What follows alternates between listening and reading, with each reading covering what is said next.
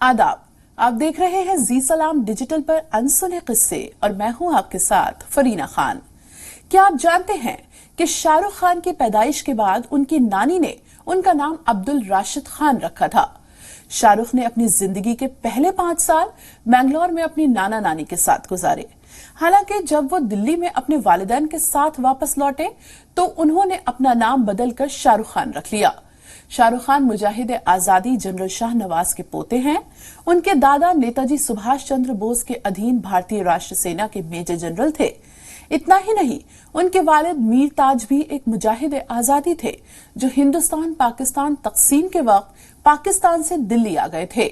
भारत सरकार ने उन्हें ताम्रपत्र से नवाजा था।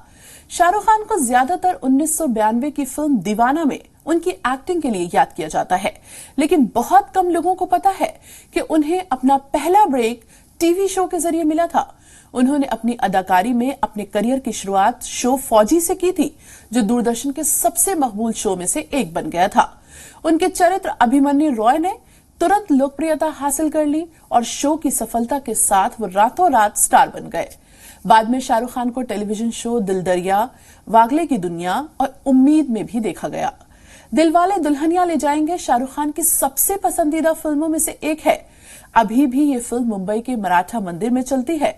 हालांकि शाहरुख खान ने इस फिल्म को साइन करने के लिए ज्यादा वक्त नहीं लिया था और बिना सोच विचार किए उन्होंने इस फिल्म के लिए हामी भर दी थी। वास्तव में फिल्म के निर्माता आदित्य चोपड़ा के लिए उनका इतना प्यार था कि उन्होंने बिना स्क्रिप्ट पढ़े ही फिल्म साइन कर दी थी। इन्हीं तरह के वीडियोस देखने के लिए आप देखते रहिए जी सलाम डिजिटल।